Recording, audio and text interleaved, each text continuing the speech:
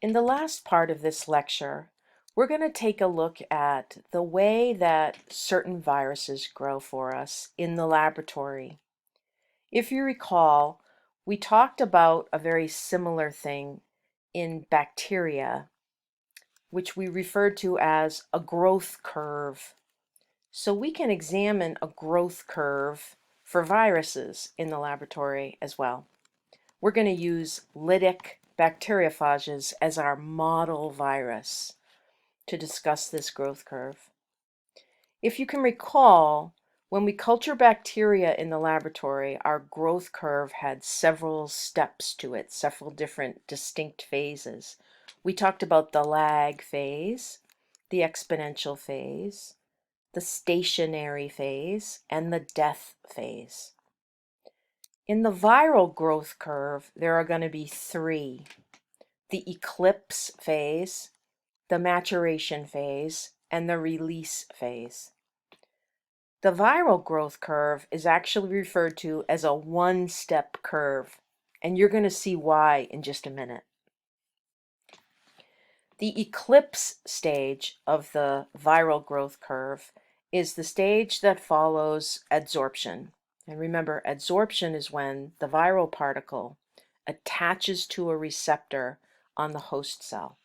The genetic material gets injected into the host cell, replication of the genetic material occurs, proteins get transcribed and translated. That's the eclipse stage. During the maturation stage, the new viral particles are being assembled inside the host cell. And then there's the release stage, where the host cell is ruptured and the new viral particles escape. Now, part of the reason we refer to the viral growth cycle as a one-step curve is because both the eclipse stage and the maturation stage are a latent period. Remember, the lag stage in the bacterial growth cycle is a stage where it looks like cell number doesn't increase at all. It's not that cells aren't doing anything in that bacterial culture. They are. They're starting into binary fission. But we don't see a change in cell number during the lag stage because there hasn't been an actual physical division of the parent cell yet. During eclipse and maturation in the viral growth curve, a similar thing is happening. Lots and lots of activity is going on inside the host cells. But because the host cell hasn't yet been ruptured and the new viral particles haven't yet been released, we don't see an increase in viral particle number during this latent period. It's only after the release stage occurs that the viral particle number will increase. And this is a drawing of the viral growth curve, the one-step viral growth curve. What you're looking at on the x-axis is time going by in the culture in the laboratory.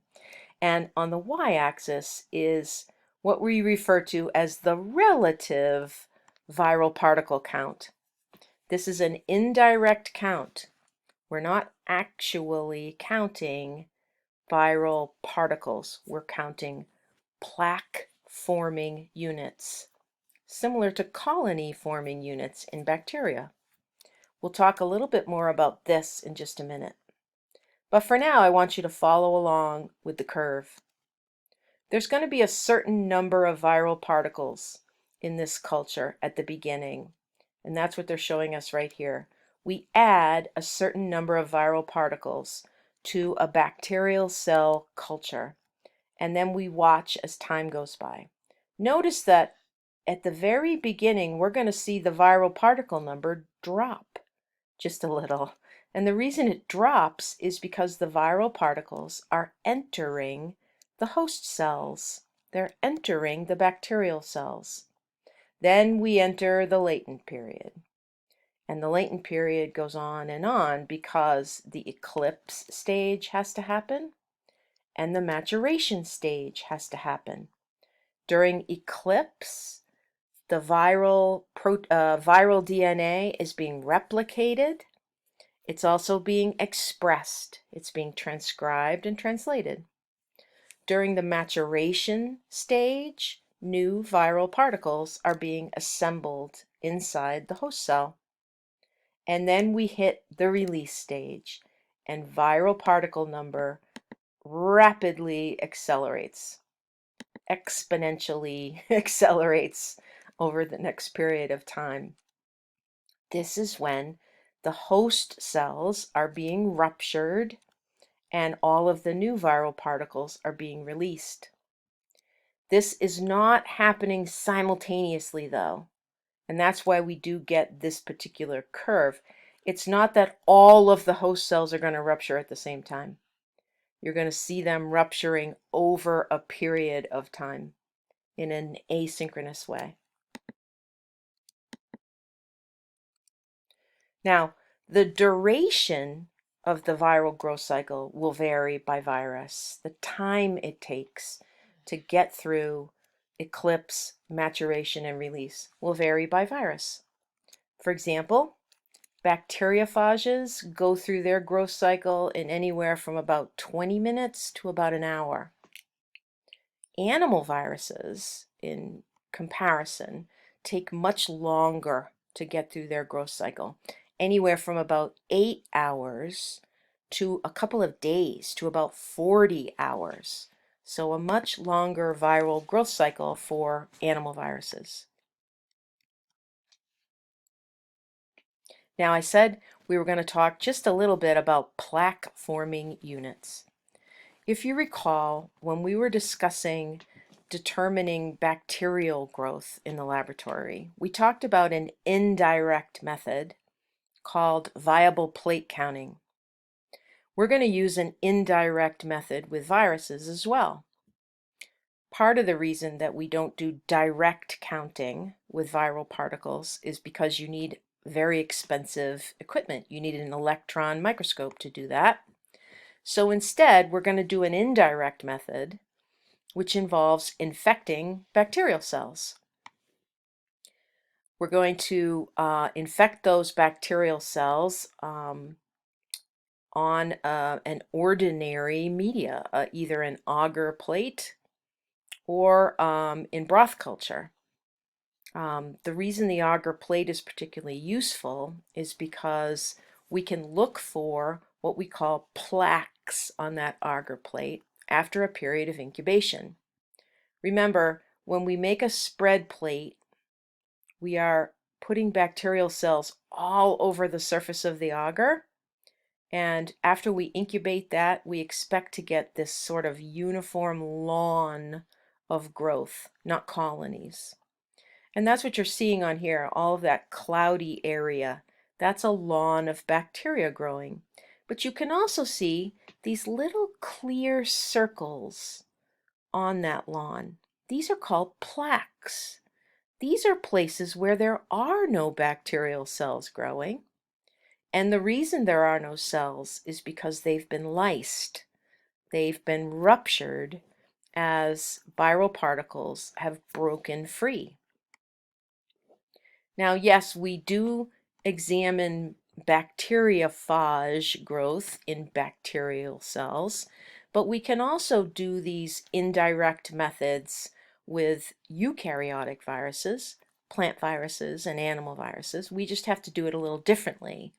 Instead of growing the virus in a bacterial culture, we grow the virus in a cell culture from whatever organism that particular virus infects.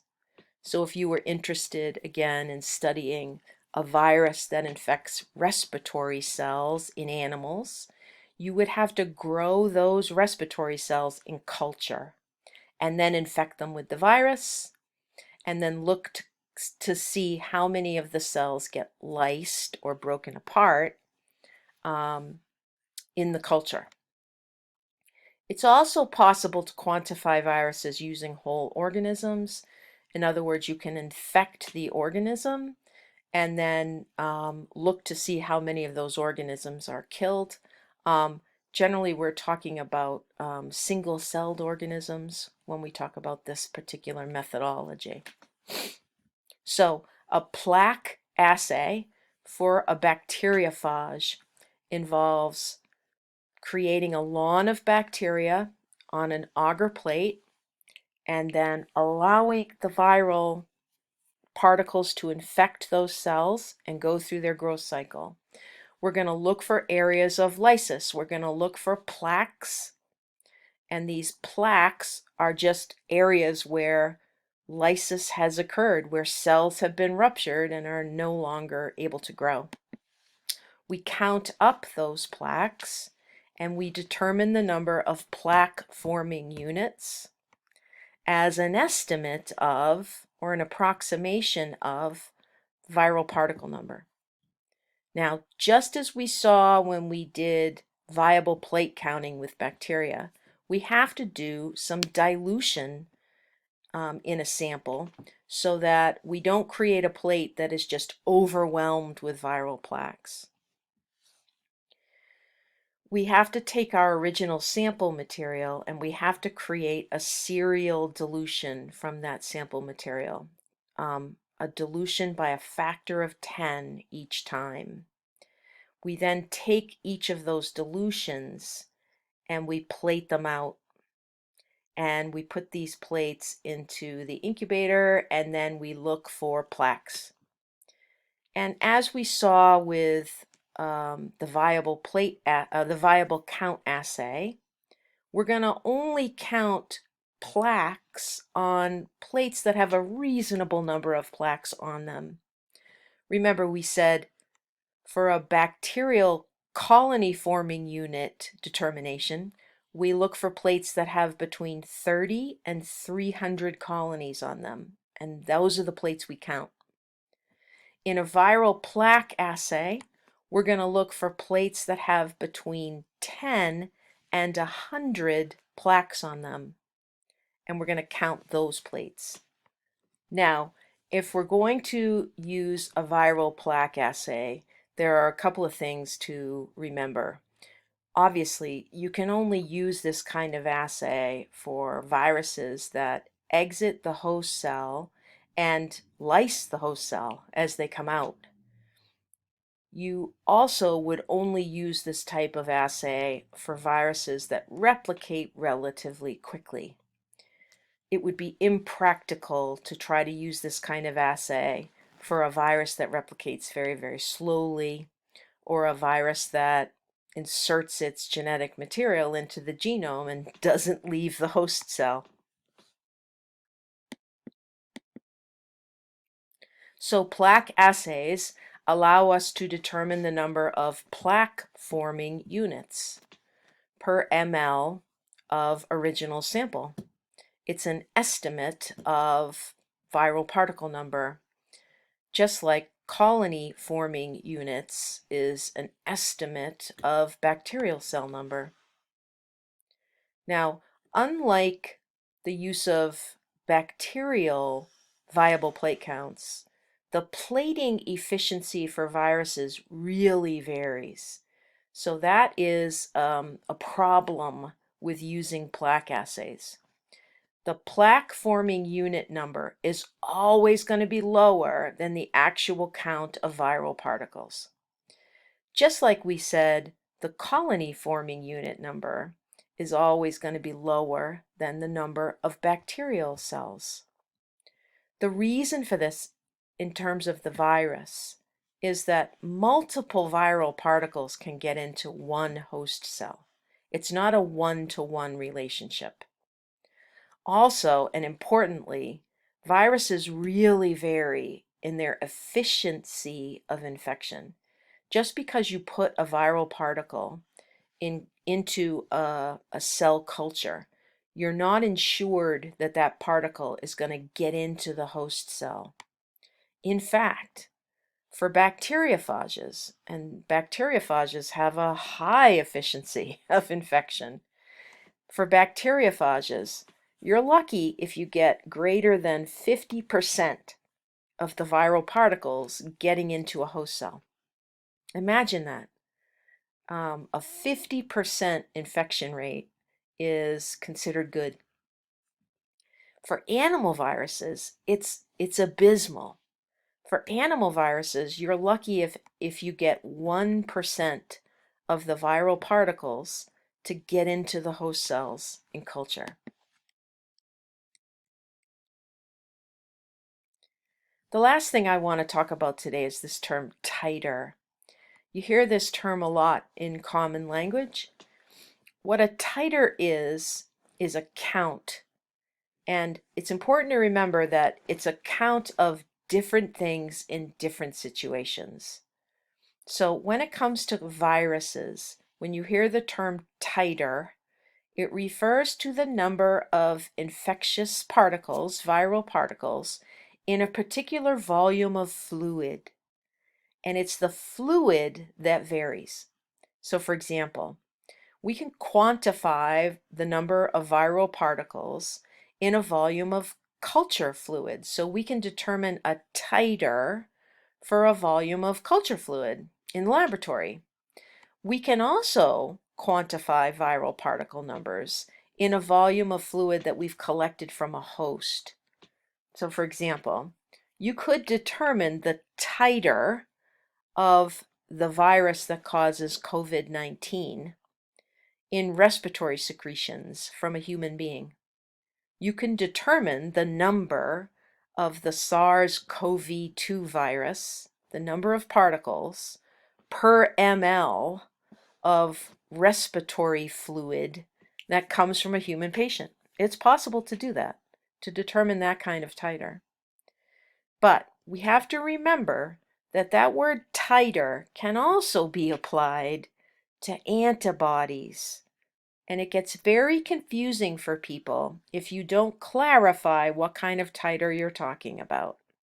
We can also determine the number of antibodies against a virus in a particular volume of fluid. In other words, you could calculate a titer for the SARS-CoV-2 virus inside a volume of respiratory secretions.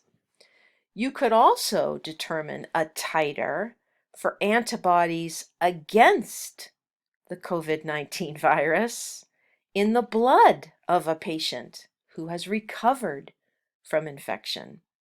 So when you talk about titer, or when you hear the term titer in a news story, you have to first determine whether or not they're talking about a viral particle titer or an antibody titer against that viral particle. A bacterial cell particle, or I should say a bacterial cell titer, or a titer of antibodies against that particular bacterium. Unfortunately, the term titer is confusing to people because it can mean different things in different circumstances.